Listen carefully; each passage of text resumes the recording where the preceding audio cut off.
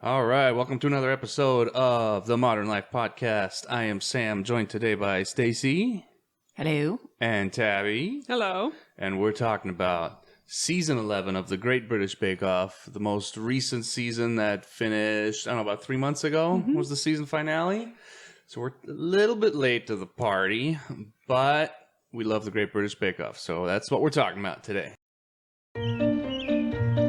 Hello, bakers. Welcome to the 10. Same old bake-off.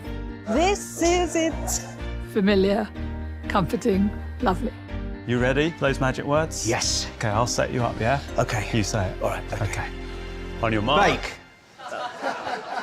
Before we get going, we got some modern thoughts, some stuff that's on our mind. Who wants to start? I can go first. All right. I am halfway through a book called Red, White, and Royal Blue. It's by Casey McQuiston, and it came out in 2019. It was all over the internet, Bookstagram. Everybody loved it. I'm just now getting to it. It was a New York Times bestseller, and Amazon pretty much bought the film rights right away. Huh. So this book is a bit of a alternative history. After Obama's term in this book, America gets its first female president, a Democrat from Texas. So in this book, instead of Trump becoming president, this is what happens. The first son, Alex, he has a bit of a beef with Henry, who is the Prince of Wales, also from an alternative version of the royal family. Okay. At a royal wedding event, they get into a bit of a tiff and knock over this very expensive wedding cake.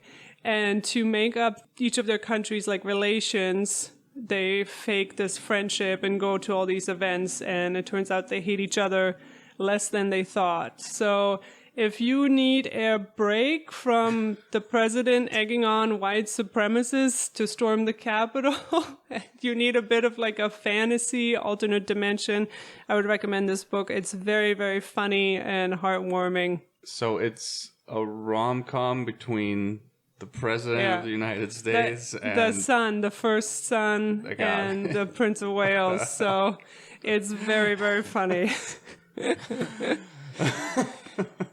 I don't even know what I just heard. I didn't know this was a thing. My modern thought is about a video game I've been playing. It's a little indie game called Red Dead Redemption 2. Which is only one of the most sold video games, if not the most sold of all time. Actually, no, I think Grand Theft Auto 5 is the most sold. Anyways, Red Dead Redemption 2, which is this open world Wild West game that came out, over 2 years, maybe 3 years ago? It's not really a new game. No, it probably came out 2 years ago. But I always hesitated to buy it because I heard either people loved it or people hated it, and the stuff that people listed from the camp of the people that didn't like the game kind of turned me off, so I never bought it. And then it was on sale during our second quarantine here, and I'm like, screw it. Because I loved the first game, and I'm going to give this a try. And I'm having just the best time with it. Even though there's a bunch of really dumb stuff, like you have to clean your horse and you have to wear the proper clothing when it's cold out, all that fun stuff that you look for in video games, right?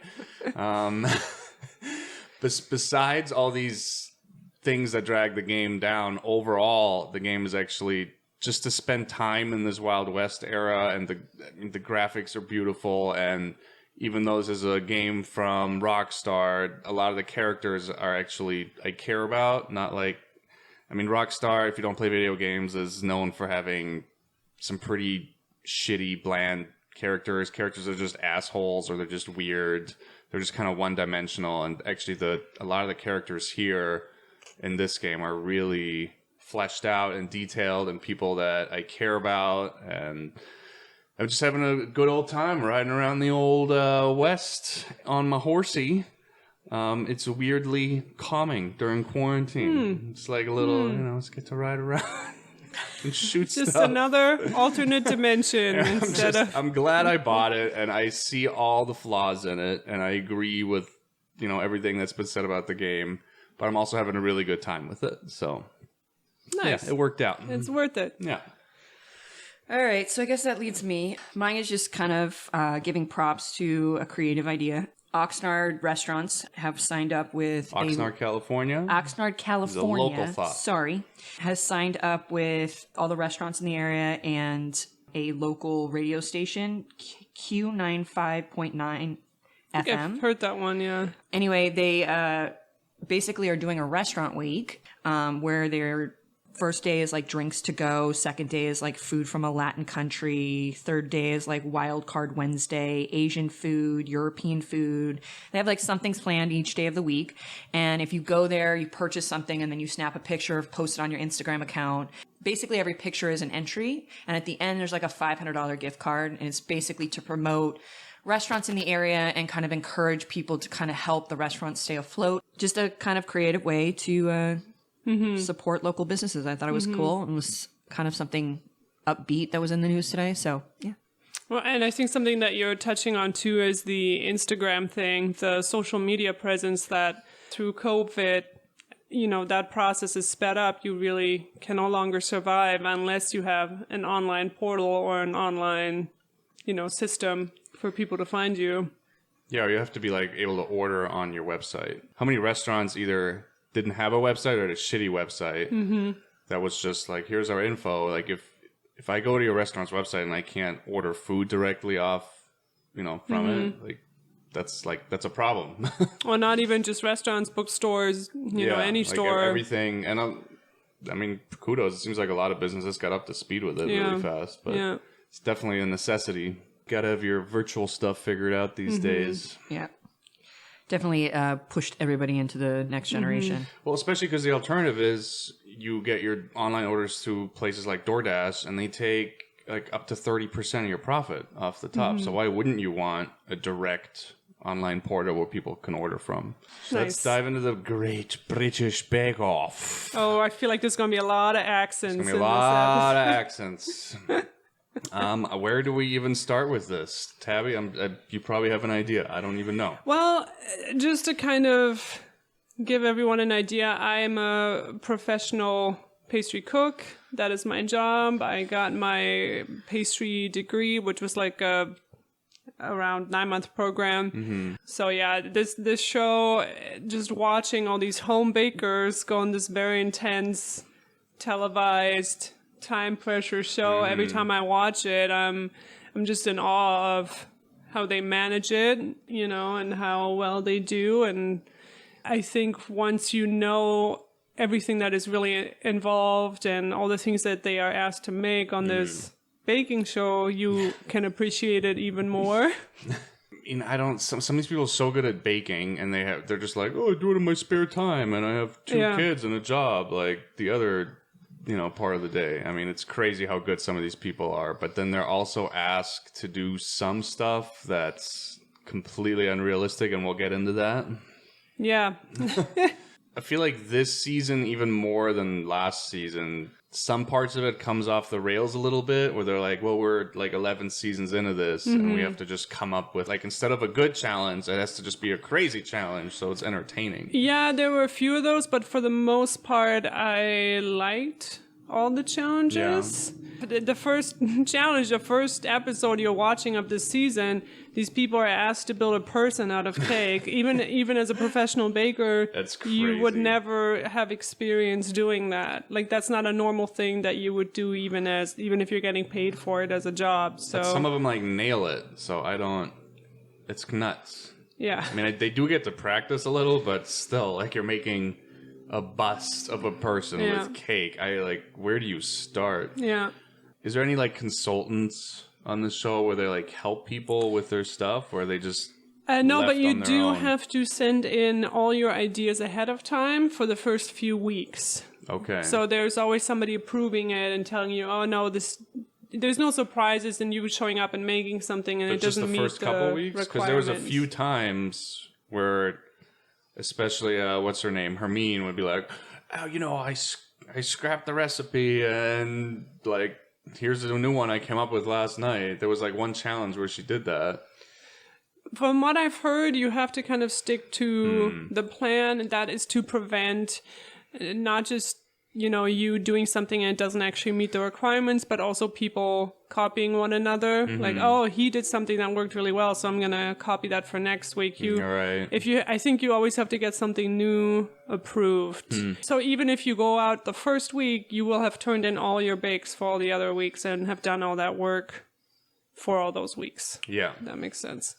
I think another really significant part of this season was also, COVID and everything they had to do to put these people in an isolated bubble. I think I saw a little bit of an effort for them to be taught in any kind of health code stuff, because again, these people are home bakers. They don't work in gastronomy. They made them tie up their hair finally, but still you see people blowing on food, dropping in, picking it up again. I mean, that is something that has always bothered me on the show, that these people really have no... The sanitation. The sanitation is just... Yeah, and I was hoping for a little bit of a higher level of that this season with COVID and everything, which wasn't there. But at least it seems like everybody was isolated. Everybody was in quarantine. They had everybody tested twice from what I read, so... At least nobody got COVID. And all the film crew and everything too, right? Yes. They had to make a whole bubble. How many week challenges are there in total? There are 9 episodes, right? I should have looked this up. Does it actually take 9 weeks to film, or do they Yes, abbreviate it? normally. Okay. Not for this one, because they had to keep everybody there. I actually think that's a much better way to film it, because it's faster and you get to practice there and just focus on it, because you always hear these stories of people going back for a week and like, oh, I had to write my doctorate this week and also practice for chocolate week. I'm hoping they kind of stick with this, honestly, because it seems to be... Well, it makes more sense. It makes more sense. Okay, you're like at this compound, and as long as you make it the next week, like you get to stay here, right? Like Big Brother reality TV show. Well, they style. have the money now. They're still not getting a prize at the end to the poor contestants, but to have these people, they have to come in, do the shoot, and then they take the train back home. And like it seems very strange to go. I mean, what if you make it to the final week? That's 9 weeks of constantly back and forth and no, thank practicing baking. I mean, it's just, why don't you just stay there? And I know they give them some money to practice these things, but from I've read from interviews, it's not enough. Minimal, yeah. Like your prizes, you get like a guaranteed book deal usually. Yes, but that is also a really interesting part. So Nancy Birdwhistle, she was saying in an interview how, yes, you have somebody approach you about a book deal, but her book didn't come out until like a year ago. She was a winner from a while ago, because she has now spent all this time and creative energy coming up with all these recipes that are not hers. They're owned by the BBC or Netflix. So people approach you for a book deal and you're like, oh, you have to come up with what 30 recipes that are maybe in... Wait, why are recipes owned by the BBC? Because they were on the TV show? Because they were on the show, yeah. I didn't know that. That's weird. So it's like, yeah, that's nice, but still, like you don't... So immediately they own all the recipes? That's not okay. That's pretty normal. You can find all of them online, which I have tried some of them, and whoever is putting those recipes on there... There's a bunch of really weird stuff on there. I think I made one of Prue's. I think it was the torta settevelle or something. The mirror glaze was totally wrong. It was way too much gelatin. And then it also told you to make a Genoese, which Prue always says that's her favorite, the Genoa sponge. But the instructions for it were not the instructions for a Genoise. So it's like they have all these recipes, and sometimes you look at them online and you're like, I don't know if this is right. Well, yeah, it's like what, the BBC baking division? Like, no, it's like some poor intern trying to pull these recipes together. That seems like a dumb way to go about it. And also, just because you're a good baker or you're a celebrity chef, or that does not mean you're a good writer. That does not mean you're good at conveying to other people how to make these, recipes. And yeah, because some people, they bake with the heart. They don't have all the measurements down. Let's talk about the hosts. I think we got a lot to say about the hosts. Go ahead. So you have Noel, who was... Noel, Noel came on. He's been on a few seasons now, right? Like 3, 4? Yeah, and I thought he worked really well with Sandy, the girl who was on before that. I thought they made a really good team. Yeah. Yeah, I agree with you. I think they had really good chemistry. And so Sandy left last season was her last one, I think, right? And they brought on this guy, Matt. I mean, he's like a character. Like I've seen him in a bunch of British movies, I feel like I recognized him. And he was, I mean, for me, he was very hit and miss. I don't know. I really didn't like him at the beginning, and then he grew on me a little bit, and then it just fell flat for me. Like looking back at the whole season, I just like, even though Noel and Matt, they seem to have some chemistry, and it's obviously hard if it's your first season filming together. I think it's about as much chemistry as you can have together. I just didn't find Matt funny. I just feel like everything he did seemed rehearsed. Like he already had come up with it and it was a stick and it like never came off genuine or real. I don't know. It was just like the way he delivered it always fell flat to me. I think their dynamic was just off because now you have two quirky people there, whereas before you had somebody kind of doing more of the emotional work that's involved with being a host. You know, when somebody breaks down, you have to go over to them and be like, hey, it's just a stupid cake, or like trying to make them laugh or kind of bring the situation, bring some levity to the show. You have the straight man. Because Noel's pretty, he's super quirky. Right, but then Noel had to kind of step into that role, and then you still have Matt not really comfortable there. Like, I felt like just as hosts, there was no comparison to either Sandy or Mel and Sue from the very beginning. Yeah. So Yeah, Matt just seemed really awkward, could never be serious in those moments, right? He's always still has to, like, joke, and yeah, it's just not that funny most of the time. I mean, I love Noel, and I hope he sticks around, but I feel like they have to find someone else for the Matt guy. Or Matt steps into, his own for the Maybe it's season. just hard being on the first season. I don't know. Yeah. But that was definitely a little hit and miss, the hosts. The judges, so you have Prue and Paul. Some articles I read do not... There was one article that said Paul needed who was the judge before Prue? Mary Berry. Mary. There was one article I read who was saying that, like, Mary Berry was such kind of a, like, balanced out Paul's being, kind of shtick of being an a-hole all the time better than Prue does, and how Paul doesn't, Paul's shtick doesn't work with what Prue does, and I don't honestly agree with that. I kind of like the judges. I don't have a problem with them at all. No, I think they're both fine. Yeah. And I don't think Paul was that bad this season. No, me neither. I feel like it kind of cooled down. Like, I remember last season, and every episode, Paul's in the corner giving someone the stink eye, and that happened here, but not nearly as much as I remember. I feel like Paul has softened up a little bit. And the whole handshake thing is not as... Like, it used to be all the time and so cheesy, right? And now he's not giving out the handshakes as much. It's a little more selective. I feel like he calmed down on his ego a little bit. And again, a lot of that is just shtick for TV, I think. I agree. It's like how Gordon Ramsay's kind of calmed down over the years. Right. Gordon Ramsay used to just yell 24/7, and he's calming down. I don't know, but I like the judges. What do you guys think? The judges worked for me. Yeah. Yeah, I don't really have an opinion on either way. No, fine. I'm totally fine with them. I love Prue's weird glasses and shirts and necklaces.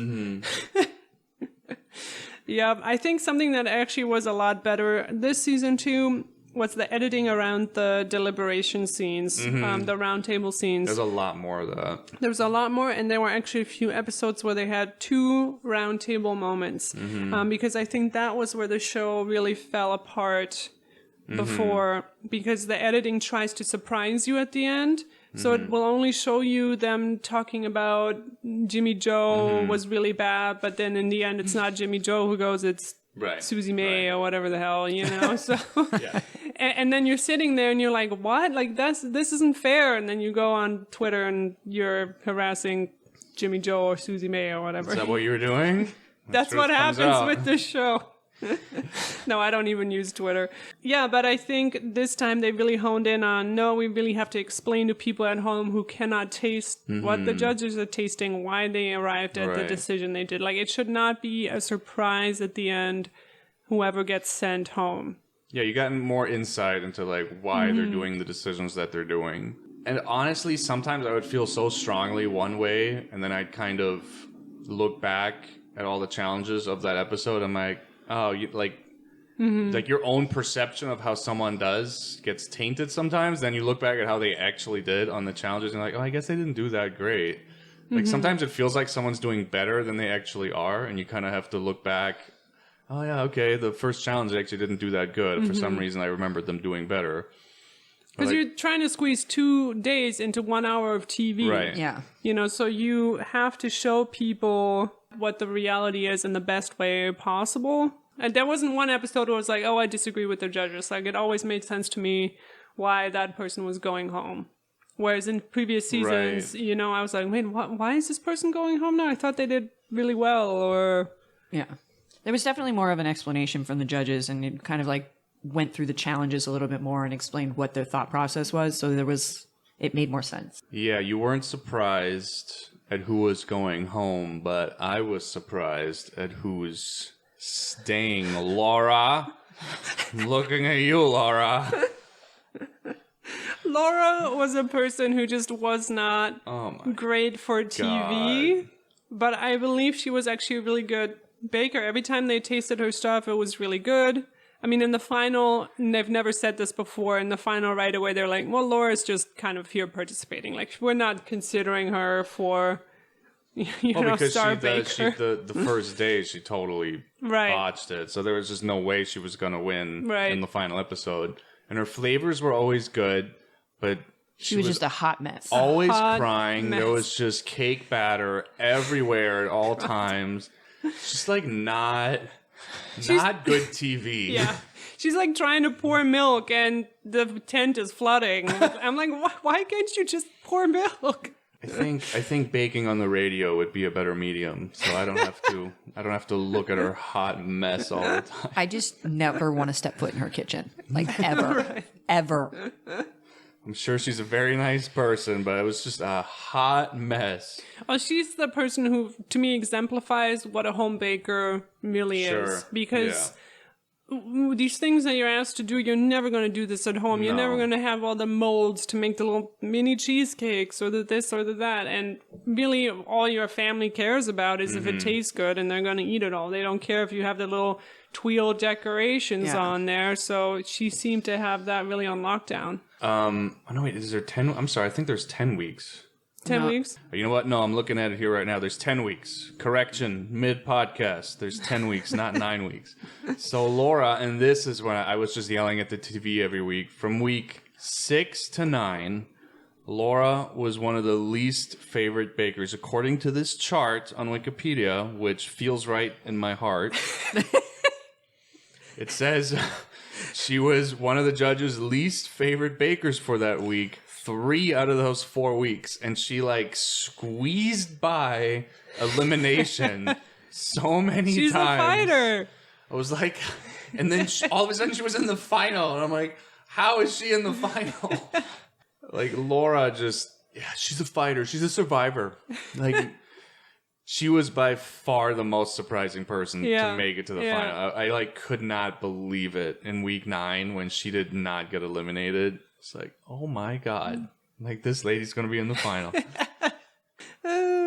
So, spoiler alert, I think we can say who the winner is, right? It's not. We're 3 months after the show here. So, Peter, who wins the show, and I remember you thought Dave was going to win it.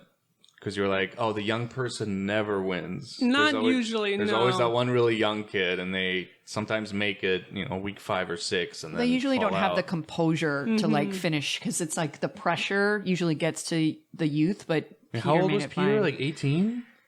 Really? Yeah, it's something really young. Oh He was my the youngest God. one to win. Yeah. He Yeah. was so young. But he had such great like time management 20. I and think like he's 20. yeah, he always had it together. Like no matter what was going on, he was always really calm. No, it was nuts. He was just cold-blooded. Freaking Peter. Yeah, and what Stacy said, I think you really saw that and people like Mac and Linda. Mac was my personal favorite, and he left in week 2. So, for example, when Linda left, you know, she's not crying. She's like, "Oh, this was fun. I'm going home now." You know, these people who have a family and who are older and who are just like, I'm just on this show. Like, you know, it's always nice to see that people kind of keep their. It was Linda together. and then the older guy, Rowan. Oh, Rowan, who And every week they're just having a good time there because they've lived a full life, and they're like, yeah, like this is cool, but like what, you know, I have like 10 years left at best, you know. Oh, so shut up! So I'm just We're back on the my age time. thing. Oh, kidding, you're such I'm an kidding. ageist. But then it's the younger people that are just like they're really trying to prove something, and they have that fire in their belly. And the older people, they're just like, I don't need to prove shit.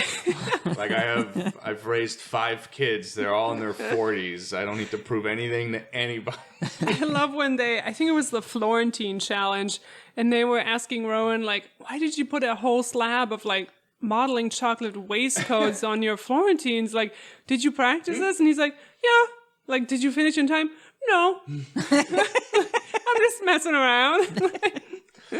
Which is fun and it's good for TV, but it's also infuriating that right? Because that person is taking someone else's spot who maybe really cares about this. And you got to remember these, you know, the showrunners. It's not just all about picking the best baking talent. You have to make like a squad of people that are going to work on TV, right? Because you need different characters to have interesting TV. You can't just have, you know, 15 Peters. I'm saying you need your Peter who's the straight man, and you need Mark, the drunk Irish guy, and you need Rowan, like not drunk. the older gay guy who loves gardening. There's always one of those every season. Oh, there's always a Lottie. There's always like always a Lottie. the alternate, The manic pixie dream girl. Alternative girl who grows on you over the season. She slowly opens up as she gets to know everybody. I'm sure there's other more qualified bakers who didn't make it on the show, but maybe they just don't work in that cast together either. Maybe, yeah. I don't know how they make the decisions. One editing piece that will never change and that will know the shit out of me always is the time calls. They edit the time calls in with the footage of the bakers baking, and it never makes any sense. 5 seconds, MacGruber. Yeah, 5 seconds, MacGruber. They're like just putting the cake in the oven. Yeah. It's like, why do you think I'm stupid? Like, Yeah, I mean, the editors. I don't. Yeah. It'll be like 1 minute remaining. It's and 30 seconds left, guys. And it's someone like just pulling the cakes out and putting icing on it. I'm like, I don't no. know. I kind of feel like maybe the editors probably don't understand the grasp of like what baking is, because I find that most of those like editor people are like not people that are in the kitchen 24 hours a day. Yeah, it's a little. Yeah. Like a lot of people that watch this, I'm sure like baking, or even, you know, like they know how to make brownies in the kitchen, you know, even if they don't know how to do anything else. So, you know, there's 30 seconds left. You're not just putting your brownies in the oven. It feels disjointed at times. And then especially with the music playing over it, and it's trying to do this drama thing, and I'm like, I'm not feeling it. Well, it's trying to create this tension that you don't need, because it's just, there's already plenty of other stuff going on. You know, someone's ice cream is melting, or someone dropped one of their little cakes on the floor, so you don't need to make it more dramatic than it already is. Like, there's plenty of stuff going on. Don't need the dramatic music with like, oh my god, there's only 2 seconds left. Another thing that will always annoy me is this show is filmed during the summer, and every season they're like, it's hot today. What? Like, they're surprised that it's summer every time. Like, Paul will have some ice cream cake challenge, and Prue's like, oh, you know, you're a naughty boy. I can't believe you picked this challenge for these people. And then Paul will be like, oh, I didn't know it was going to be hot. It's like, yeah, Paul, right. You've been here, what, 11 seasons? It's always hot. I don't want to see sweaty people on TV. I don't care that you don't know what an air conditioning unit is. Like, you're making these people cook in a plastic tin. It's not, none of that even matters that much. It's, if you pay attention to the fridges and freezers they give these people, they're not. It's infuriating. I should look up what the technical term is, right? Your normal fridge has has that actual motor that's like blowing cold air in. And the freezers and fridges they get is like the little fridge we have at our bar here at home, where it's not, it's the refrigerating liquid is like running through the walls, so there's no airflow. And so when you need something cooled really fast, those fridges don't work very well, because you need that cold air blowing on it to also get rid of, if you're putting something hot in there, you need that airflow to kind of Circulation. And evaporate Yeah. anything, because it happened multiple times where they put their whatever, ice cream cake in the freezer, and because the way those freezers work, it just starts condensating in there, and then the ice or like the cold liquid is dripping onto their cake. Like, why can't we get these people like, you don't need a commercial grade fridge, just like a regular fridge and freezer. I don't know why that's so hard. The ice cream challenge was probably the one that made me the most upset. Yeah, it was awful. Yeah. It was not fun to watch, because these people don't have what they need to do it. Because they keep saying and pretending this is home baking. If you're making an ice cream cake at home, you're going to leave that in the freezer overnight. Right. Even in the blast freezers that are thousands of dollars that we have at work, if I put something in there to freeze, it might take at least an hour. Yeah. Depending on how cold it is. Like 30 minutes to refreeze their ice cream. And then when they're like, oh, my ice cream's not setting, I'm like, it's not, because They don't have the proper equipment. it's not your fault. It's impossible. Or It's impossible. yeah. Right, just know you have home bakers doing professional grade challenges. Don't pretend like It's home this is baking. all home baking. Oh, in a Yes. little tent out in the country, and it's home Yes. baking. It's like, no, if these people are going to do professional challenges, at least give them a decent refrigerator, for God's sake. And a fan. Yeah, anyways, I just find the cutesy factor sometimes not appropriate. When you try to do this cute little home baking thing, and it's really Right. not even just professional, but things not even a professional would be able to do in that short amount of time. Well, it's trying to be cute in the wrong areas. Yeah. You can get away with not having AC, but at least give them the right equipment. Like, do either or. Or don't have an ice cream challenge in the middle of summer heat. Because that's just awful. These people barely have fans in this tent. They're always like, they're grabbing a baking sheet and like, Oh my God, I can't even imagine. It's like, my God. It's not right. They have portable air conditioners. It's a thing. Are we ready to talk about Japanese week? We're ready. Okay, Let's do let's it. go. Let's do it. I gotta pull up what the actual challenges were again. There was no mochi. That's all I know. Apparently, Paul went to Japan and was like, "Oh, we should do Japanese." Actually, this is a yeah. thing? Oh, God. It's like, maybe we should do Japanese week. He always goes on about how he hates green tea, and then their second challenge was making green tea crepe, which a crepe is not. It's just a French crepe, and you're putting matcha powder in it. Like, I get that they were trying to give them something the bakers were familiar with and not go out of their comfort zone, but then don't do this halfway strange colonialist take on, Japanese culture.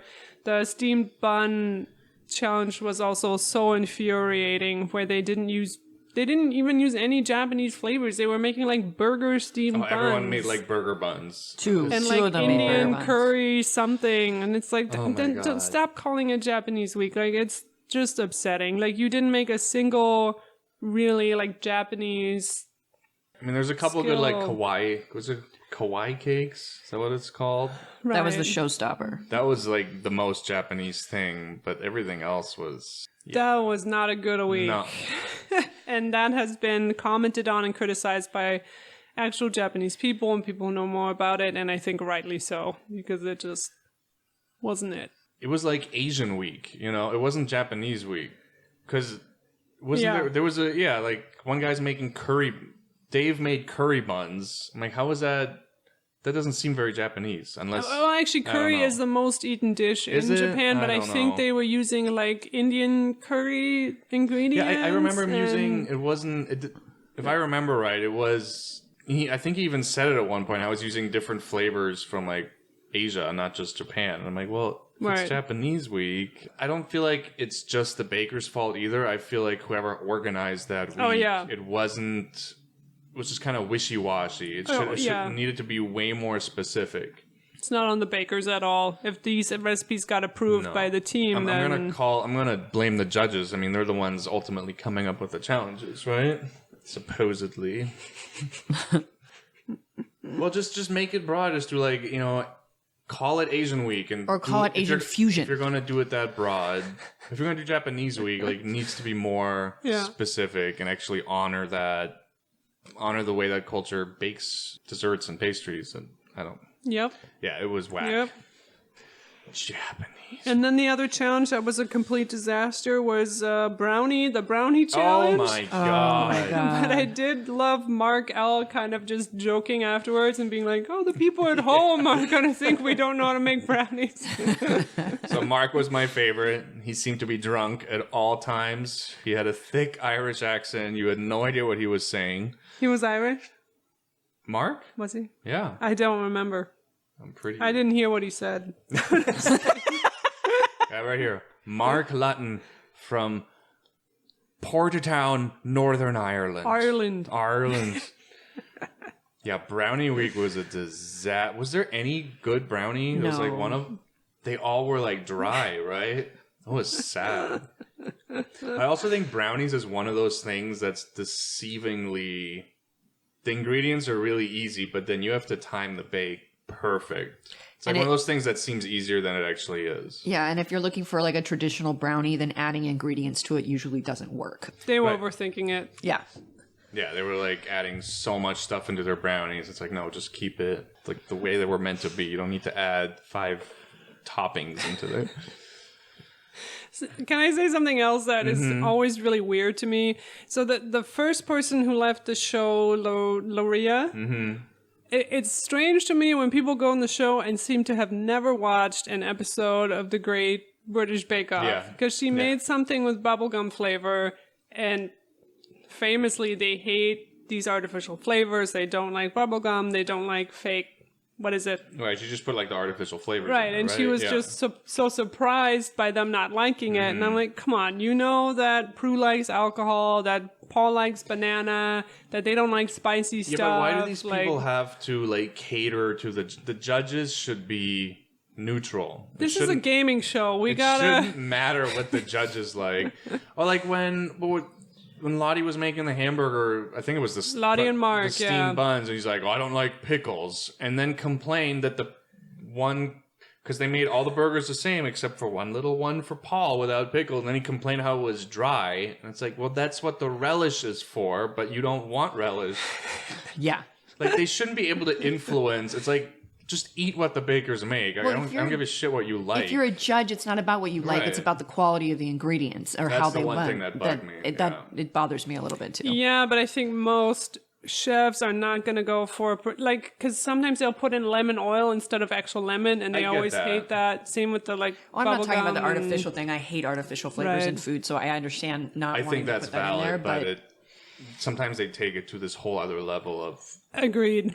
Yeah, they're so like, especially Paul is so spoiled at this point, being there the entire show, and it's like, no, you need to calm down. You need to step back a little, and like this is not about catering to your taste buds. That's not the point of this. Yeah, Paul. Yeah, man, no handshake for you. I actually really liked most of the signature. Or what are they called? Technical challenges, when they don't know what they're baking. There was the babka, the multicolored bagels, eclairs. These are all kind of regular, normal things, which I think is good for a technical challenge. It shouldn't be too over the top. I actually also really like the suet pudding, because suet is an ingredient you really don't see anymore. Things like lard, all these things are really going away out of baking, so it's kind of fun to... see it on TV and play around with it. Even in the US, yeast has gone away ever since baking powder was invented. So it's a very shifting modern landscape. And I think it's a good challenge to have these bakers experience some other ingredients that they wouldn't normally find at home. Yeah, no, I think the technical challenges were really good. I didn't actually find one that annoyed me. It was the showstopper challenges that tend to be way too much. Yeah. They're just it almost becomes like not about like the flavor, it's more about the presentation, and it like for some reason it just always seemed so ridiculous. Like why do I need a cage over a fucking cake? Like, please explain to me what the point of that is. Like, I know it's a thing. I know it's pretty, but it's like, serves no purpose. I don't know. It just, some of the showstoppers I really had like a problem with. I liked all the technical challenges. But that's something you and I just, not everyone has a problem with that. So I know. We deal with cocktails, right? And what Tell we the people. So Stacy and I have our own company that does mobile bartending, among other things. Everything's imbibe related. We do everything related to drinks. And so, you know, you have to have your Instagram presence. And some people, they'll make these elaborate, beautiful pictures with these drink garnishes that just would never be practical at an actual event. But some people love that, like the picturesque thing of it. That's this like cage for the cake, this thing that looks great, but the second actually anyone needs to eat it, like you just have to toss that. Like, what are you gonna do with this cage? I hate waste. Okay, so if I hate waste, then why am I creating a bunch of food that I'm literally not supposed to eat, that it is just there for like presentation? I'm like, okay, so I have, the cage is there. I just put all this money into the ingredients to put it over my cake so that I can take it off my cake and throw it in the trash. Well, presentation is super important, but Yeah, what but you I can don't present it what with we don't like is like non-edible. presentation that's not practical. Yeah. That's the stuff that drives me crazy, but I think I feel like other people don't always care about that. Yeah, I know. You know, when I get like a slice of cake and there's like stuff you can't eat that's just for garnish, like, oh, here's a giant twig of mint leaves. Like, I'm like, I don't want that. Like, Well, like when we leaves watched outta here. the Baba, what's his name, the cooking show we like on YouTube, the one with just the hands.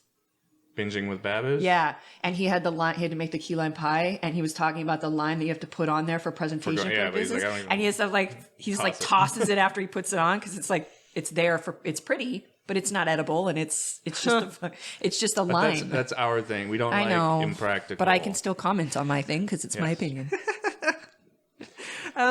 There was one technical challenge that did not make any sense, and I think that the judges realized it didn't make any sense. Which one was that? The horn cornucopia challenge, where they had to make a horn Yeah. out of... Oh, yeah. Oh, that was the week before the final. That was week 9. Yes, but they had to pipe melted chocolate swirls, then put them in the fridge, and then place them on.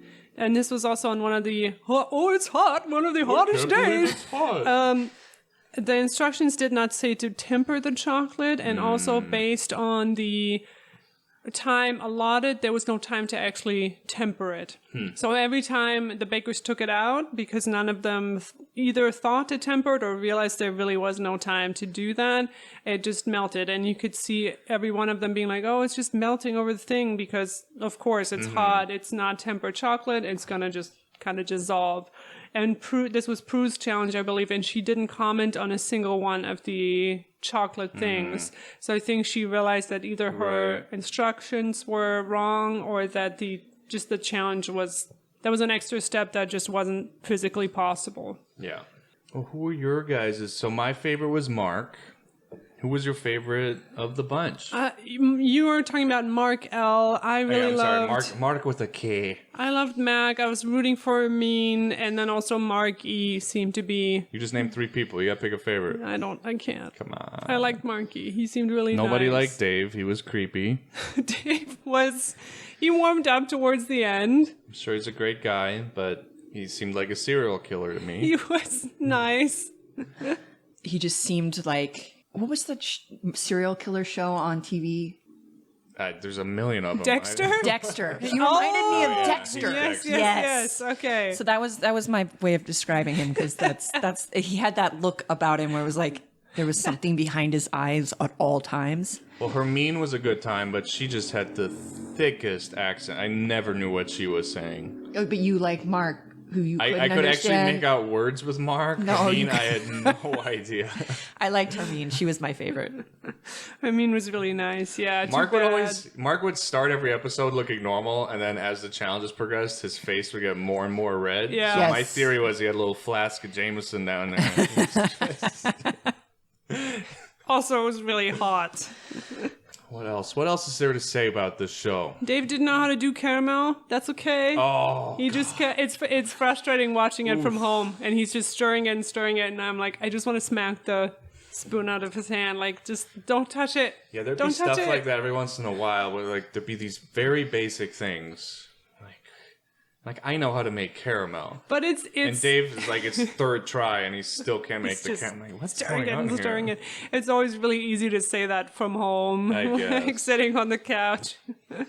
Where you're not under pressure Yeah. and have like a time thing and you're Whatever, like man. stressing out. And you're 1 second away from heat stroke. Yes. Justice for the bakers. Justice. Yeah, I think everyone did really well. I think every season they have this incredible talent on there, and it's just a show that was a nice little escape. Do you like the savory challenges?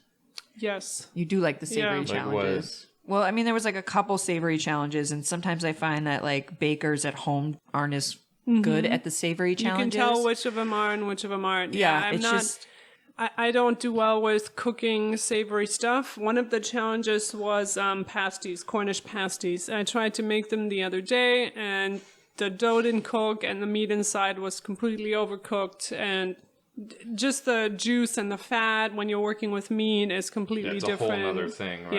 Yeah. I don't know. I always struggle with those because I'm like, I know it's like a completely different category than baking to me. It's like it's a savory bake and it's completely different ingredients. I don't know. Yeah, it's still important to know though, so I understand why they They threw include it in there? them. Yeah. Yeah. I mean, they cover so many different challenges. It's important to know that even if you're a professional, you would either be a bread baker or, doing Right. cakes, and Specialized. then chocolate is its own thing. Like you would get that from a chocolatier. You wouldn't necessarily own a tempering machine or be making chocolates, even if you do own a bakery. So in the world of baking, all these things are so highly specialized, and expecting these home bakers to know all that, yeah, they're all just doing a really What great blew my job. mind was that when they had to do the jelly art, and everyone seemed to be so good at like jelly art. Which I know. I don't know how hard it is. It looks hard. Looks hard. Yeah. And people making these really pretty elaborate designs. I'm like, Yeah. what is that? Like, that's not a thing you would be doing at home. Like, how do these people know how to do jelly art? Yeah. And it's also very 70s. People don't really work with jelly or eat it or Yeah. I It wouldn't looks want really to cool. eat it. It Right. looks really beautiful, but When it looks doesn't like look that, I wanna appetizing. eat it. When they're like injecting all these cool color patterns, I'm like, that Yeah. looks good. No, I still did want to eat No? it. I just wanted to look at it. People don't eat jelly anymore, huh? I do think the show is now becoming so big that hopefully for the next season they will have the same airing date for the UK and for the US. Even though it's streaming on Netflix, Yeah, the what's up US with was that? like a day behind, and So then weird. they were spoiled for who the winner was. So I think they're realizing that it's becoming Mm-hmm. too big of a phenomenon. Well, it's not like you have to translate the show or anything. Right, Like, why is it airing on different? I don't know. It's very Yeah. weird. But that's it. That's all my thoughts on the Great British Bake Off. It was a good time. It's always a good It was time. Always a something good time. we looked forward to every week. But yeah, I think that's it. You Yeah. can find us on our website, modernlifepodcast.com. Email us, modernlifepod@gmail.com. And find us on Instagram and Twitter at modernlifepod. Thank you for listening. Bye. Bye.